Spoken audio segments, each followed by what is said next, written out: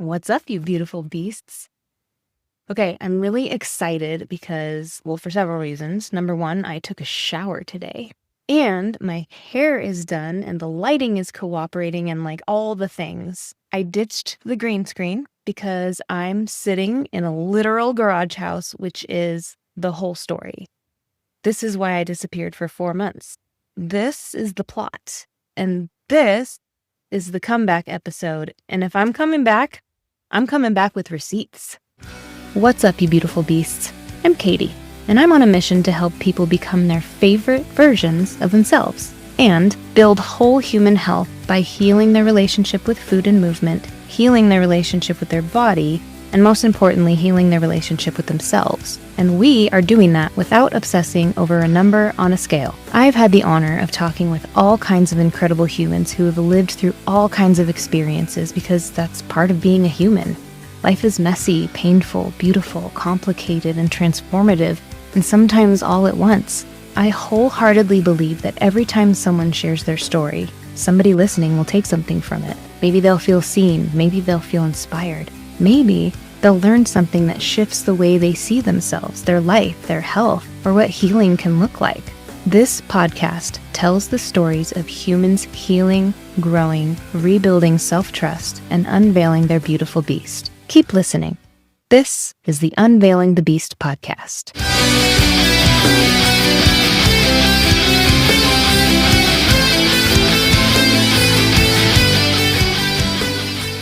I've had approximately 17 different versions of this episode in my head, like fully imagined emotional music swelling in the background, me saying something wise with perfect lighting, and then life kept lifing, and none of these versions made it to the microphone, or at least to YouTube, or to Spotify, or whatever, until now. So, this is the version that you're getting, the one that survived all of the chaos. And if you just stumbled on this podcast and you're like, lady, who are you and why should I care? You totally don't have to, but hi. Welcome to the Unveiling the Beast podcast. This is not normal episode format. This is a real life update episode where I'm going to fill you in on what happened during the break, what I learned, and what's next now that we're officially back. So here's the tea, as the kids say, I think. Is that what the kids say? I don't know. Anyway. In the grand scheme of things, I genuinely thought that I would still be around during the break, doing all my usual stuff just without the weekly podcast. Either because I'm an overachiever or because I'm fucking delusional, but whatever.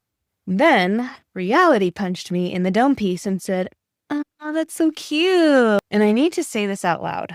I did not have the time or the capacity for video or podcast projects this whole time. Not because I didn't care, not because I was giving up, but because life was demanding every single ounce of me and I had to choose real life over my content calendar. And if you want proof that this season totally stressed me out, my hair started falling out for a little while. It's growing back now, which is great, but the baby hairs have me looking like I lost a fight with static electricity. But anyway, right now, it's story time. So grab some popcorn because once you hear this, the whole break is going to make more sense. Let's rewind to October 2025. My mom fell on stage and broke her left shoulder. And of course it was her left shoulder because she's left-handed. And my mom has been the main caregiver for my stepdad for like 15 years because he's had a lot of health stuff. 2 kinds of cancer, stroke, heart attack, even freaking red man syndrome. So his body keeps trying to take him out and he's like, absolutely not. I'm not done. Fuck you, Reaver. He's still all there mentally, and he still cusses like a sailor, but he's completely bedbound, so caregiving isn't optional in that house. It's the whole job. So when the main caregiver, shout out to Nancy, when she's not there, it's my mom.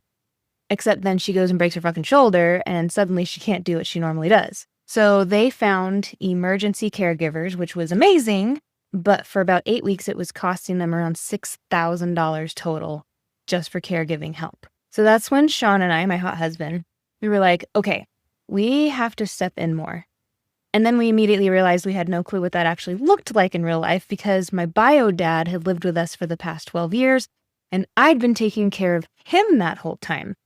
But that was a different kind of care. It was more like making sure he ate, making sure someone was in the house so he didn't fall down the stairs, making sure his laundry was done, his bed was made, that kind of thing.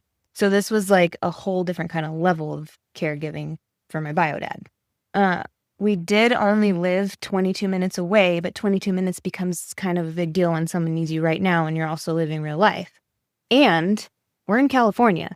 So moving closer isn't as easy as saying, we'll just find a cute little place nearby. It's more like, sure, let me sell a kidney and a dream. So one day we're laying in bed, staring at the ceiling like two stressed out adults, and we land on the idea of converting my mom's ginormous garage into an apartment for the three of us, me, my hot husband, and our son.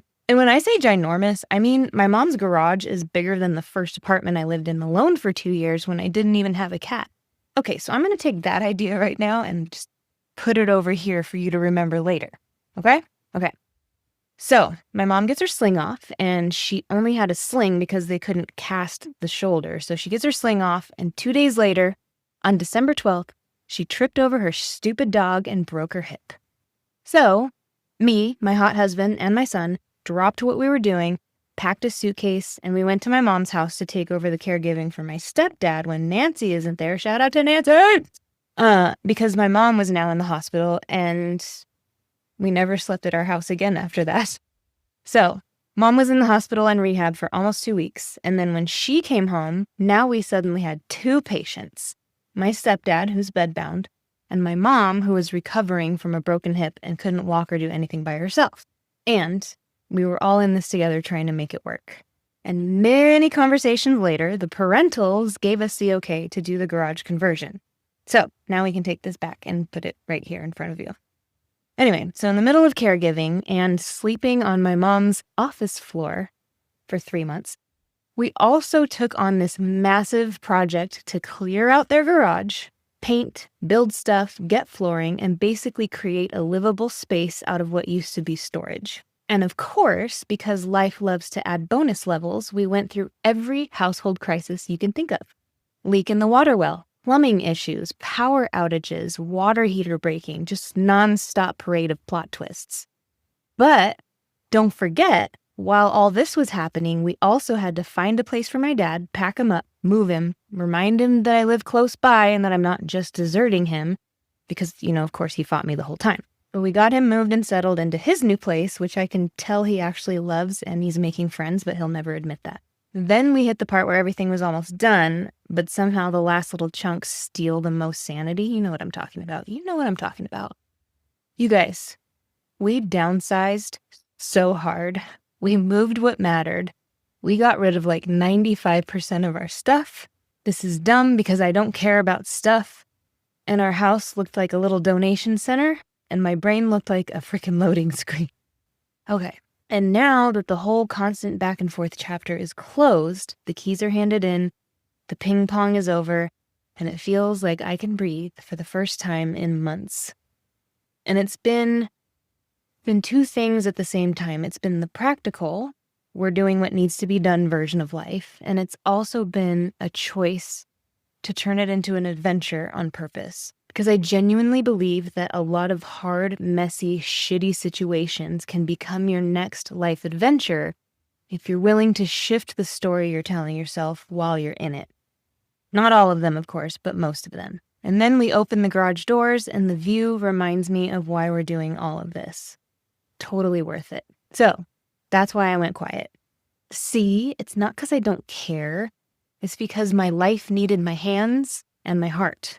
But this was temporary. This was me choosing capacity and reality over pushing out content while running on fumes and wall dust. So yes, that was the pause.